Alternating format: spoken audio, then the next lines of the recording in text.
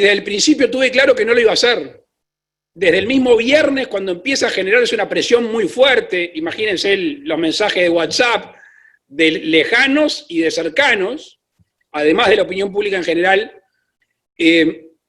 iba contra todo lo que yo creo, que es la libertad del individuo. Y la libertad en los círculos concéntricos, que es la personal, que es la libertad en el relacionamiento y la libertad de una nación. Y el lunes de mañana recibí al Sindicato Médico del Uruguay, que había ya manifestado desde la academia, desde la ciencia, una posición que a mí me resultaba difícil discutir en ese plano, que teníamos que ir rumbo a una cuarentena obligatoria. Y en esa reunión, y después lo hicimos público, yo le dije si alguien estaba dispuesto a encarcelar, a detener a un uruguayo que salía a hacer el peso, que salía a hacer un poco de dinero para parar la olla, no para un mes, sino para ese día. Si alguien en serio estaba dispuesto a un régimen policíaco, a lo que aquí se conoce como medidas prontas de seguridad. Les conté que hemos tomado una decisión en el Gobierno Nacional, que es dictar un decreto de necesidad y urgencia. Por ese decreto, a toda la Argentina, a todos los argentinos, a todas las argentinas, a partir de las 0 horas de mañana, deberán someterse al aislamiento social preventivo y obligatorio. Esto quiere decir que a partir de ese momento nadie puede moverse de su residencia. Todos tienen que quedarse en sus casas. De que no estaba dispuesto a una cuarentena obligatoria. Entre otras cosas, y no me quiero poner en jurista, uno nunca puede ordenar lo que no va a hacer cumplir. No hay peor cosa que un acto jurídico o una orden por parte del Poder Ejecutivo que uno no esté dispuesto a hacer cumplir. Y yo no estaba dispuesto a que muchos uruguayos dejen de salir, se tenían que ir a trabajar, a hacer el peso, a tantas cosas que la vida cotidiana así nos obliga a hacerlo. Pero estuvo claro que no podíamos, tú recién lo leías en una de las declaraciones, ir rumbo a un estado policíaco. Yo no estaba dispuesto, por una concepción de que la ley hay que cumplirla y el mandato de un gobierno hay que cumplirla, si alguien, porque tenía que salir o porque tenía que ir a trabajar, no se confinaba, detenerlo, hacerle caer el peso de la ley por incumplimiento de una prohibición. Pero entiéndase bien que a partir de las 0 horas, la prefectura, la gendarmería, la policía federal y las policías provinciales estarán controlando quién circula por las calles. Y entiéndase que aquel que no pueda explicar lo que está haciendo en la calle se verá sometido a las sanciones que el Código Penal prevé para quienes violan las normas que la autoridad sanitaria dispone para frenar una epidemia o en este caso una pandemia.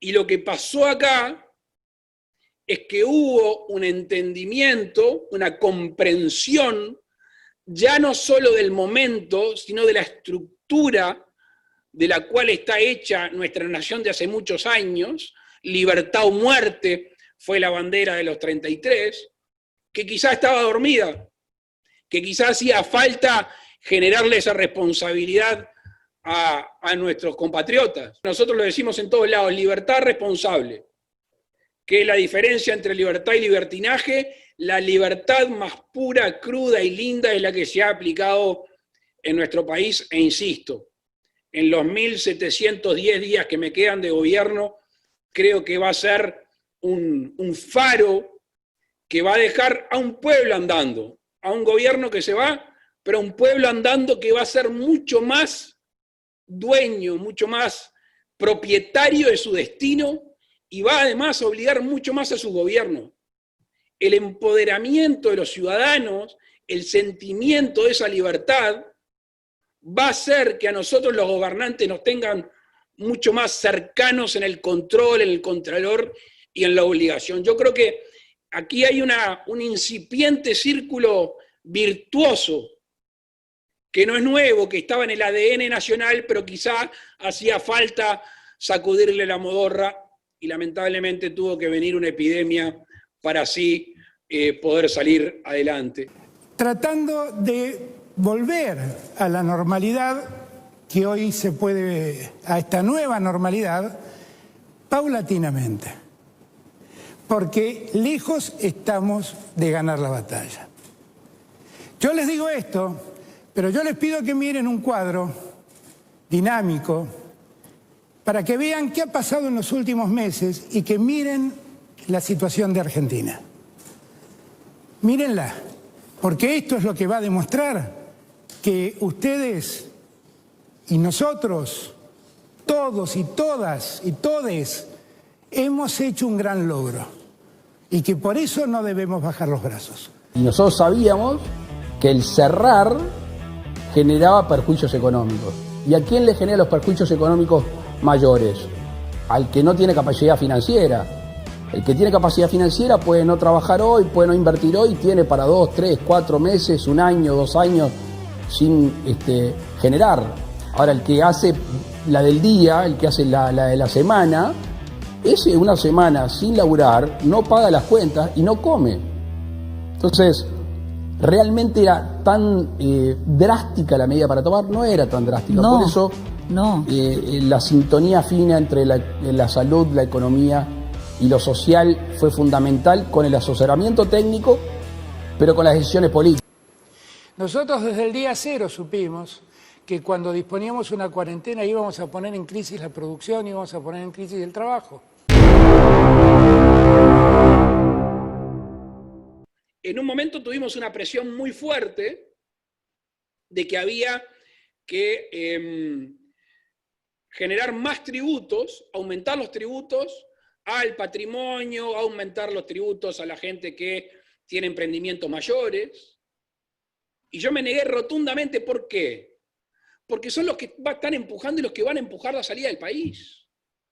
Si nosotros en la pandemia castigamos al que emprende, castigamos al que da laburo, castigamos al que produce, al que innova, al que comercia, ese va a quedar en la vera del camino.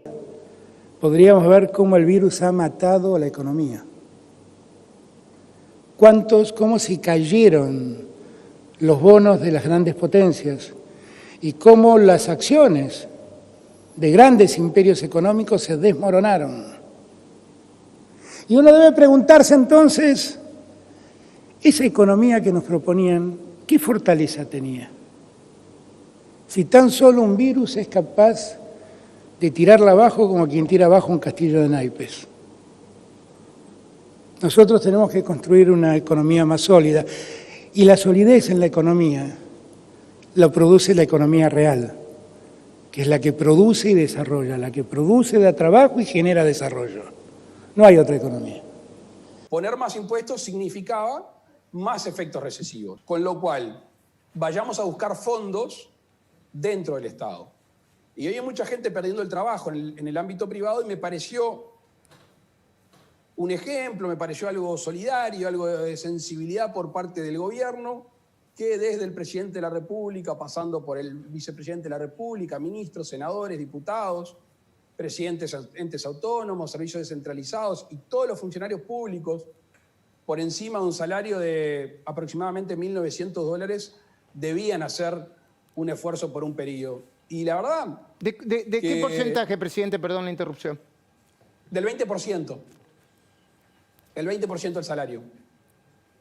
Y obviamente que a mucha gente no le gustó, pero no hubo una crítica, una manifestación dura al respecto, porque la sociedad uruguaya y los funcionarios públicos y obviamente los gobernantes entendieron que había que hacer ese esfuerzo. Ahora, en estos últimos tiempos, establecimos un subsidio en el torno de los $130, más o menos, durante 3 meses, para la gente que retome empleados que están en el seguro de paro, o para gente que tome trabajadores nuevos, para todas las actividades del país. ¿Qué pretendemos hacer? Que la máquina esté moderando, que la gente pueda trabajar, que pueda de vuelta volver al ciclo económico. Si una cosa siempre repito es que el virus ha dado vuelta al mundo, lo ha puesto en jaque. La economía mundial entró en jaque como consecuencia del virus.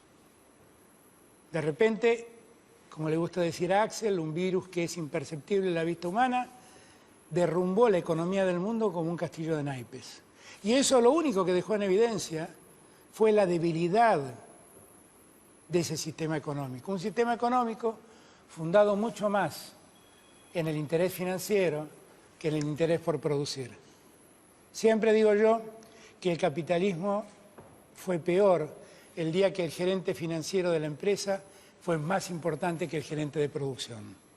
No es el Estado que saca adelante a la población, es el particular el que prende los motores con la asistencia de la infraestructura, con la asistencia de la red de comunicación y con todo lo que brinda el Estado, pero es el particular el que va a encender más fuerte los motores y salir para adelante. Sabiendo que hay un Estado atrás cuidándolos, respaldándolos, ayudándolos a que puedan pasar este mal momento.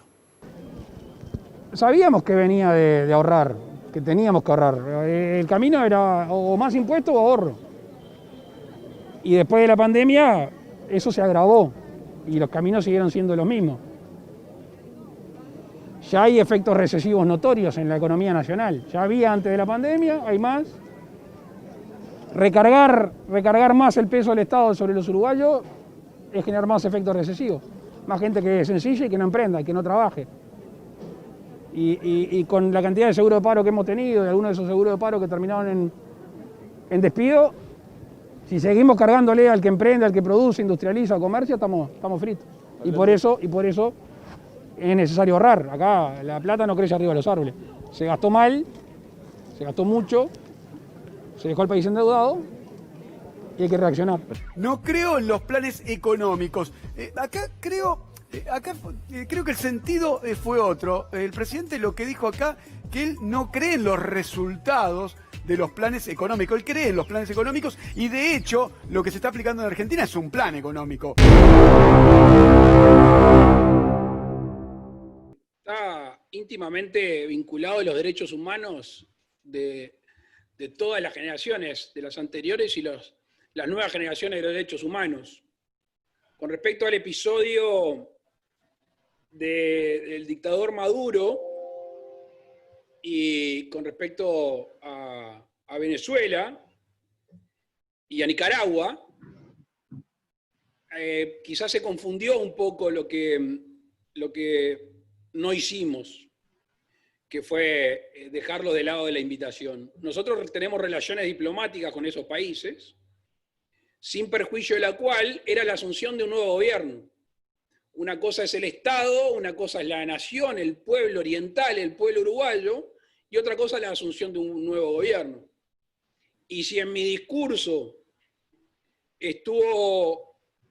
hubo dos pilares, que es la defensa de los derechos y la evaluación de una gestión sobre la libertad en todas sus manifestaciones, era muy difícil decir un discurso habiendo invitado o habiendo concedido el lugar a dictadores. La declaración dice lo que siempre hemos dicho. Lo que siempre hemos dicho. Preservar los derechos humanos en cualquier lugar del mundo, estar en contra del bloqueo que padece Venezuela y pedir que sean los venezolanos los que encuentren una salida a la convivencia democrática sin interferencia de terceras potencias. Todo eso dice. Nunca nosotros desconocimos la legitimidad del gobierno en términos de elección, en términos electorales, del gobierno electo en Venezuela. Por eso nunca reconocimos a Guaidó. Es muy importante. Como lo hizo España, por ejemplo. No soy yo el que le tiene que decir a los venezolanos lo que tienen que hacer. Ni yo ni nadie. Ni usted, ni Trump, ni nadie. Son los venezolanos los que tienen que resolver qué hacer. Yo le decía el otro día a un colega tuyo, si tiene cuatro patas, ladra y mueve la cola, es un perro. En Venezuela se dan todos los elementos para afirmar que es una dictadura, y lo peor que no es estático. Lo peor es que, desde mi punto de vista, y esto es lo más grave, porque decir que es una dictadura yo creo que no debería resistir discusión. Lo más grave es que es una dictadura que está aferrada al poder. porque es una máquina de corrupción, de violación de los derechos humanos. No hay un haz de luz donde digas, bueno, acá puede salir. Es un régimen que se autoencerró y es muy difícil para la oposición venezolana y es muy difícil para los organismos internacionales buscar un mecanismo de diálogo para que esta gente llame a elecciones libres, ni más ni menos. Elecciones libres, respetar las instituciones, parece algo tan lógico, pero es de esencia para que una sociedad pueda cohesionar y pueda convivir pacíficamente. Presidente, en las últimas horas una declaración o varias declaraciones suyas sobre Venezuela generaron varias respuestas por parte incluso del canciller de Venezuela. ¿Tiene algo para decir respecto a eso? No voy a entrar en una dialéctica con el régimen venezolano, no lo voy a hacer. Capaz que si un día nos encontramos en algún foro internacional podemos conversar mirándonos a los ojos. Para empezar, en mi concepción, el Estado no es un fin en sí mismo. El Estado es un medio. Es una creación de la humanidad, es una creación de un grupo de individuos, en este caso un país, que genera instituciones con separación de poderes y después con otras instituciones que se encargan de prestar determinados servicios. Y el fin último es el individuo. Y eso a veces parece que no lo tenemos claro. Por eso cuando el Estado engorda demasiado, cuando el Estado se sale de madre, cuando el Estado es clientelista, cuando el Estado malgasta, cuando el Estado se corrompe, naturalmente deja de cumplir con el fin por el cual fue creado. Porque yo siento que después de que este virus haya pasado por Argentina, todos tenemos que darnos cuenta de la importancia del Estado. Todos tenemos que darnos cuenta lo importante que es cuidar al Estado. Todos tenemos que darnos cuenta que si el Estado no está, hay menos salud, hay menos educación, es peor la condición de vida y ni siquiera hay alguien que se ocupe de esto. El estado natural del ser humano es la libertad. El estado más puro del ser humano es la libertad y es la forma de relacionamiento más puro también. Y yo soy de la teoría de que a medida que el Estado avanza, reglamenta, controla, lo que se va coartando es la libertad. Hace un tiempo una periodista me hizo una pregunta en una conferencia de prensa y mi respuesta automática fue: para adelante todo lo posible, para atrás todo lo necesario. Lo que sí no va a suceder en el país es un confinamiento obligatorio, por lo que decía hoy al principio. El mundo ya no es lo que era y nos exige cuidados diferentes. Así que nosotros en el tiempo que viene, entre el 18 de julio y el 2 de agosto, vamos a ir tratando de volver a la vida habitual en este nuevo mundo, en este mundo diferente que nos exige cuidados diferentes. Y lo vamos a hacer escalonadamente, lo van a decir los gobernadores. Usted es pro vida, presidente. Eso es una norma constitucional, es entre otras cosas la ratificación del Pacto de San José de Costa Rica, y yo no creo que haya ningún gobernante del mundo pro muerte. Me cuesta encontrar. Creo que todos tenemos como cuidado esencial la vida, obviamente, y el reconocimiento de una vida desde el momento de la concepción no soy yo el que lo hace, es la ciencia y además lo reconoce la ley. Yo voté en contra de la ley de aborto, entre otras cosas porque nuestro país ya preveía en el Código Penal 3 o 4 eximentes del delito del aborto: embarazo deshonroso, embarazo por penurias económicas y creo que el otro es embarazo terapéutico, aborto terapéutico, perdón. Pero es ley y la ley la voy a respetar. Por eso, dentro de los próximos 10 días, presentaré un proyecto de ley de interrupción voluntaria del embarazo que legalice el aborto en el tiempo inicial del embarazo y permita a las mujeres acceder al sistema de salud cuando toman la decisión de abortar. Y yo creo que hay que resolverlo. Yo voy a mandar la ley tan pronto pueda. En lo personal me considero un liberal que a veces el liberalismo está teñido de individualismo Y creo que nunca lo ha sido, o por lo menos en mi concepción, y sobre todo en este mundo moderno que estamos todos tan interconectados, el liberalismo para que sea tal, para que sea puro, tiene que ser con una sensibilidad social, tiene que ser solidario. No hay libertad pura si el entorno no puede gozar de esa libertad.